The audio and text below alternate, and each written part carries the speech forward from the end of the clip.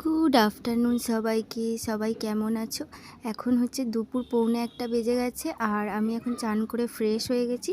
তো সকাল থেকে কোনো রকম ভিডিও শ্যুট করতে পারিনি, তার কারণ হচ্ছে আমাদের ঘরে আজকে হচ্ছে একটু কাজ আর কি। আমাদের পাখাটা ঠিকঠাক হাওয়া নামছিল না, চলছিল না, সেইগুলোই আমার বাপি আর কি ঠিকঠাক করে দিচ্ছে। এতদিন স্ট্যান্ড পাখা চলছিল, আর স্ট্যান্ড পাখা চালালে তোমরা তো জানোই বাচ্চা আছে, সব সময় ভয় করে, তাই জন্য বাপি এসব সারিয়ে টারিয়ে দিচ্ছিল। আর দেখো আমি ওপরে চলে এসেছি, ওপরে এসে তোমাদের রান্নাটা দেখাচ্ছি। তোমাদের সকাল থেকে রান্নাটা ঠিকঠাক দেখাতে পারিনি।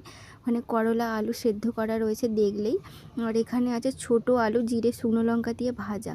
তো এটা আমাদের বাড়িতে সবাই ভীষণ খেতে ভালোবাসে। আর এই দেখো এখানে আছে মুগের ডাল, আর নিচে এটা রয়েছে ভাত। আর এদিকে দেখো এখানে আমি ঢ্যাঁড়স আলু দিয়ে তরকারি করে রেখেছি, আর আজকে সবই নিরামিষ হয়েছে, ঠিক আছে।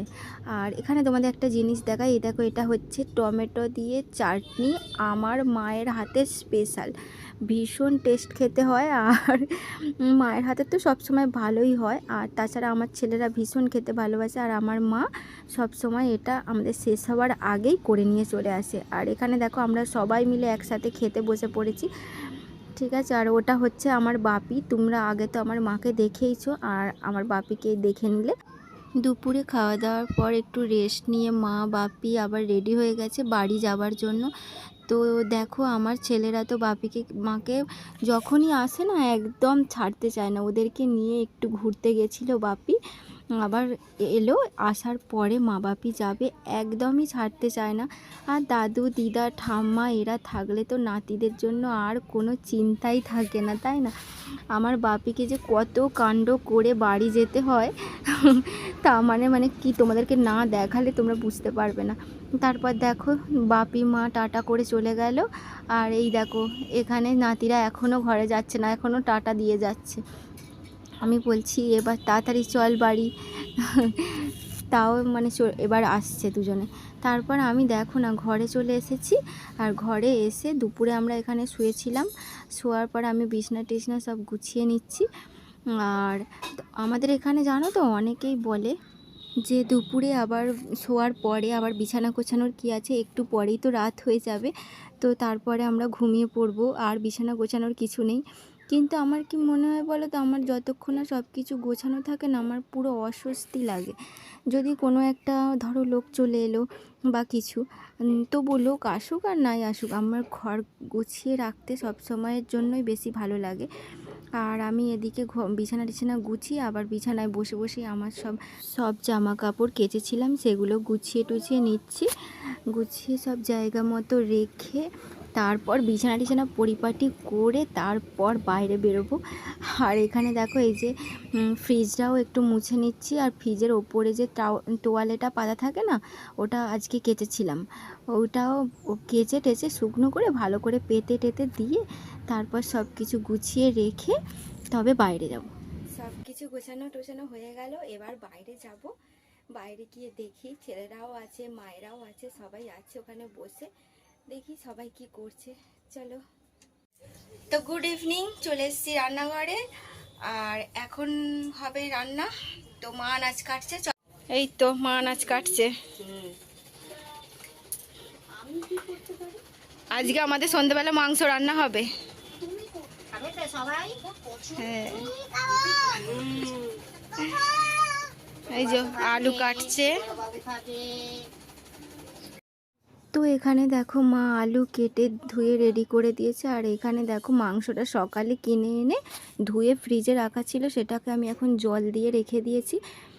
আবার দেখো গ্যাসটাও জ্বালিয়ে নিলাম, আর এখানে তেল গরম হয়ে গেছে, আলুগুলো ভাজতে দিয়ে দিয়েছি। এই যে আটা মাখা হচ্ছে, হ্যাঁ এই যে মা আটা মাখাও রেডি করে দিয়েছে, আর এদিকে মাংসের জন্য আলুটা ভাজা হয়ে গেছে, তুলে নেব।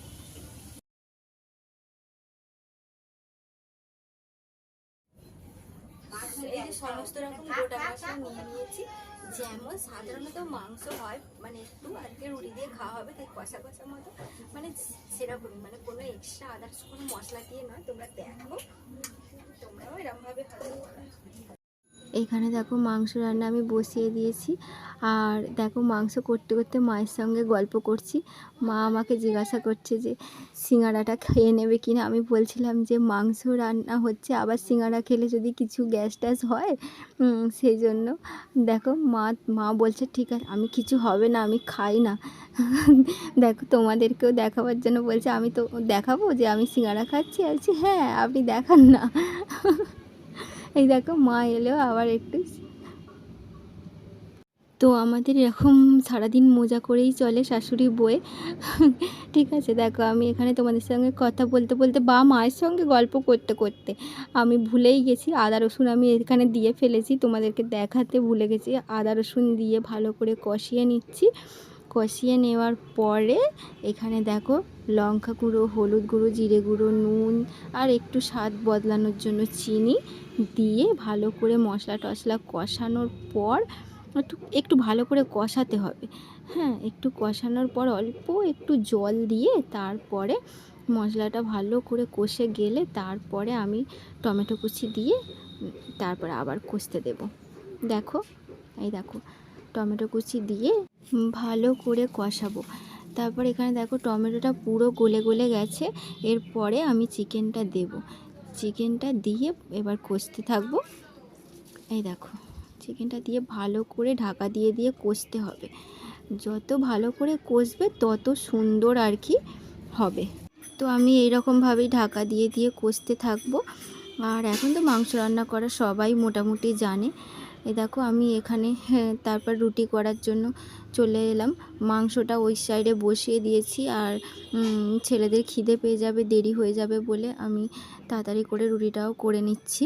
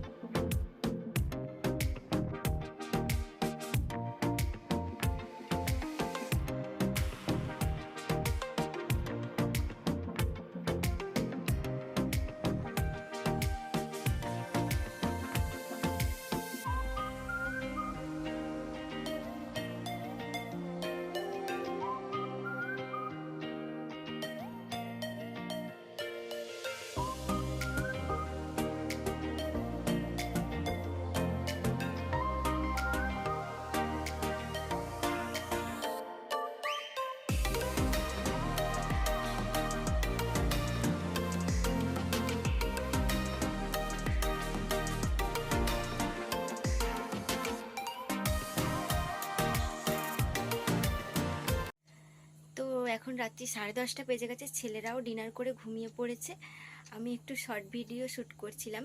তোমরা যদি দেখতে চাও ফেসবুক বা ইনস্টাগ্রামে গিয়ে চেক করতে পারো, লিঙ্ক দেওয়া আছে। তো আজকের ভিডিওটা এখানেই শেষ করছি। যদি কিছু ভালো লেগে থাকে প্লিজ লাইক করে দিও, কমেন্ট করে দিও, শেয়ার করে দিও, সাবস্ক্রাইব করে দিও। সবাই সাথে থেকো, পাশে থেকো, সুস্থ থেকো, ভালো থেকো, সাবধানে থেকো।